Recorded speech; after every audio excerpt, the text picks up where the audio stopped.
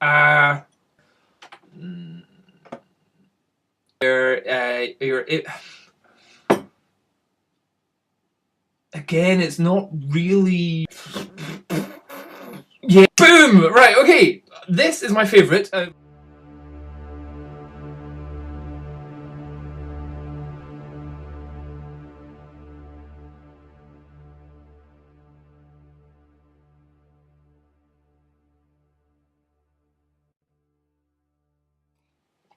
Oh, that's strong. Okay, hi everyone. Today's video is going to be a portfolio critique. Every so often, some people send me their photos for me to critique.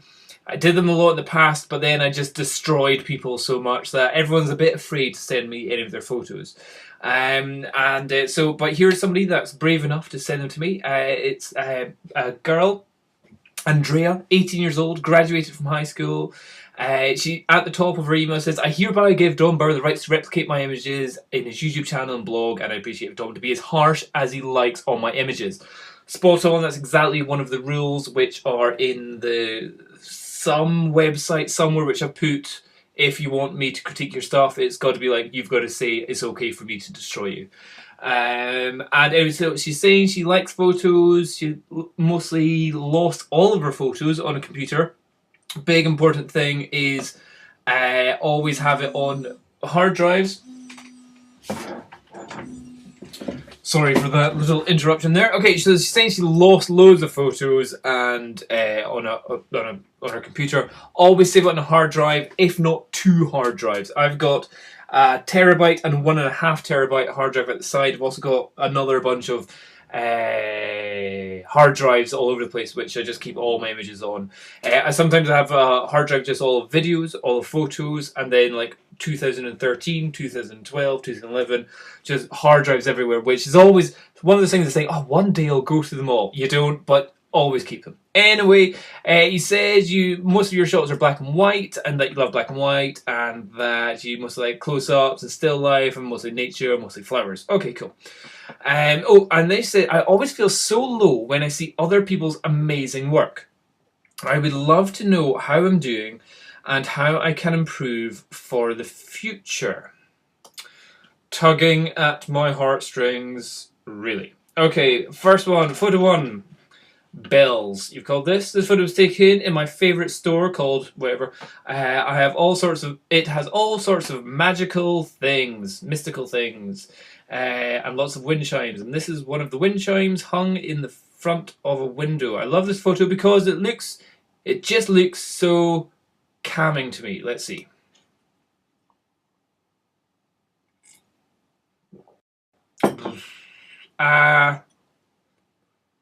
Yeah. Not really much to say about it. Very black and white. Very black, guys. And you're not even seeing any details of the chime there. Rule of thirds, yeah, you kind of got that, but and then you've missed a bit at the side there. As an individual shot, I'm not interested in it whatsoever. Camming, no, okay. Right, anyway, next one. And this one was taken, bouquet. This one was taken while I was hiking. I love being out in nature. Good, as you should. I love this because it's so simple and beautiful. The white flowers and the black background just go together so well for me. Let's see this one, bouquet.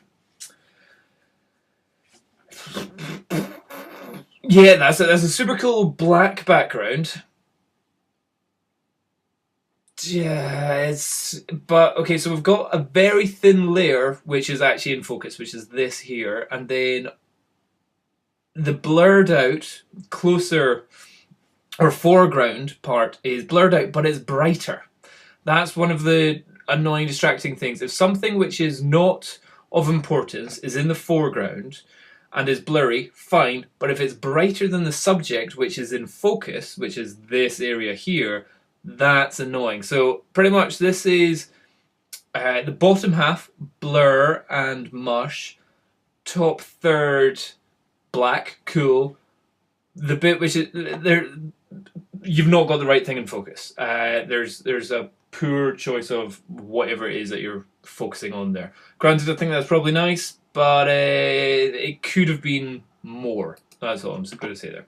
Next one, chocolate truffle cupcake. This photo was taken on a cupcake at a cupcakery. Awesome, cupcakery. Never knew it was called that. Called Sugars. I love this photo because I love food photography. It makes it look beautiful and makes me feel at home. Let's see, chocolate cupcake shot. Definitely going for natural light there. You've got distraction in the background of a vase there. Again, it's not really doing much for me there. Just a picture of a cupcake. Nah. Pretty dark as well. Right, okay, next one, heart. This was taken at an antique shop. I love antiques and old things. Cool. I love the photo because it has that feeling. We've got to figure out what that feeling is. Like going back in time to somewhere calming and peaceful. Let's see this one, heart. You've got a couple dead pixels, no, not dead pixels, hot pixels on your sensor. I saw that in your last images as well. So see, there's a dot there, and a dot there. And in bells, you've got a dot right on the bell there. Did you have one anywhere else? I didn't see one in that one. And just can't see one in that one. But be careful whenever you're looking at your images. You've obviously got something wrong with your sensor, which is a couple of the pixels are either dead or hot. Dead are usually black, hot are usually red, but as they're black and white, it might just be white here. Nice shot. I can imagine it being in a kind of music albums interior artwork.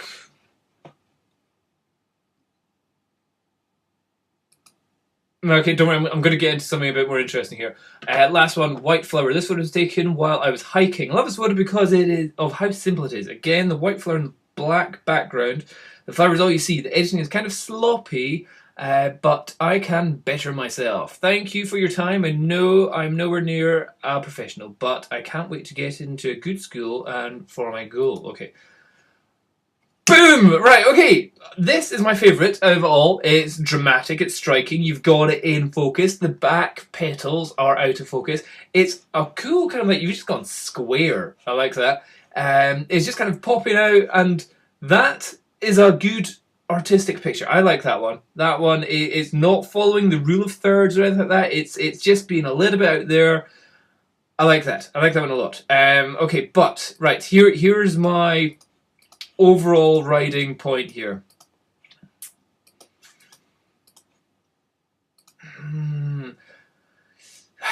Okay, a couple things which I would say is if you're doing these kind of slightly abstract, still life kind of stuff, distracting shit in the background is just distracting shit in the background. It's not really adding to it. So this one, it's a heart thing. You can either have it as a heart thing looking out to a window or something here, but because it's so black and white and I can't tell, is that a piece of wood? It's on a piece of wood. But then what is this? I think it's like a really old-fashioned Apple Mac, where it was like the whole kind of computer screen there kind of thing.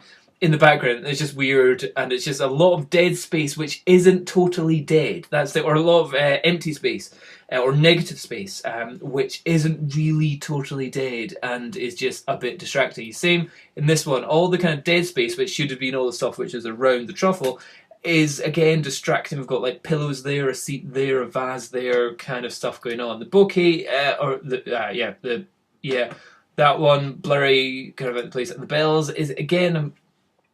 Too dark, looking at the window, it looks like a crappy kind of frosted window kind of thing, and again, composure wise, like just this tiny little bit down at the side there, and it's just a bit odd, one which is in focus, but it's so dark you can't see any of the details of it whatsoever as well. The white flower, I love. Okay, so we're going with that. In general, what I would say is that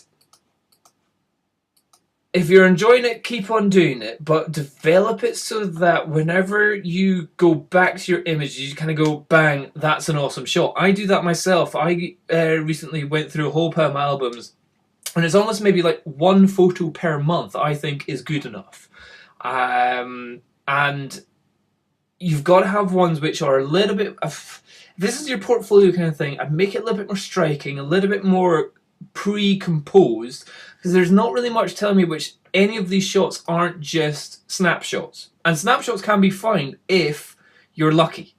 So here, that looks like it could have just been a snapshot with anything anywhere, but you weren't lucky with all the crap in the background. This one, snapshot, could have been done with any camera anywhere. Doesn't really, you're saying this is in a cupcakery. I'm not seeing a total like, oh, let's look at the cupcakes. It's not really digging it for me. And it generally, like those, what are they, blueberries? They just look like they've got mold on them. So again, that's where working with the light and the colours and the textures which you get in the image can enhance the image or make it look like a dull cupcake with some mouldy blueberries at the side. So you've got to think about more like that. That one, I love that one. I think that is cool for like a massive picture on a wall somewhere. It's just striking, it's dramatic. See if there was a bee on it, even better. But with this one, not interested at all. This one, not really interested. This one, not interested. This one, not interested. This one, good. Okay, so yeah, what is try and build, even though it's a still life image, even though it's a nature shot or whatever, try and build a story behind it. Like every image that you put into your portfolio should be something which you can write a story about, or which, not that you write a story about, but the person who's looking at the image would be able to imagine a story about it. So even though it's just a cupcake, a still life shot of it, for me, is something which when I look at it, I go, that looks delicious. That looks intriguing. That is well lit. Where's the light coming from? How is it sitting? Who's put it there? I want something which enhances or stimulates my imagination to not just thinking, that's a cupcake on a plate in a window. I want to think, that's a cupcake on a plate in a window, but where's the window? What's that light? Why is the sun nice and warm hitting that side? And what's the light hitting the other side? And is this a restaurant? Is this a kind of a table, a sitting area? Is this somebody about to eat it? Is this just before it's eaten? Or is this a display kind of thing? So you can have a lot of bullshit artistry about thinking about what an image is representing just from making it a little bit more composed. That's the only thing I would say. So if you're going to go to school with this kind of stuff, more than like these are kind of looking like snapshots. Your white flower, it looks like something where you've planned it to be different. Bright and striking, high contrast, looks good. So that's the only thing I say is if you're enjoying your things, try and get it so that the viewer is intrigued by it and gets a story from it. Which, from your other shots, I wasn't getting. But anyway, more important than what I say, all the crap that I say, read the comments of what everyone else puts down below. Because that'll be far more informative for you, I think. So there you go, Ghost Wolf, or Andrea. Hope that helps. Cheers, bye-bye.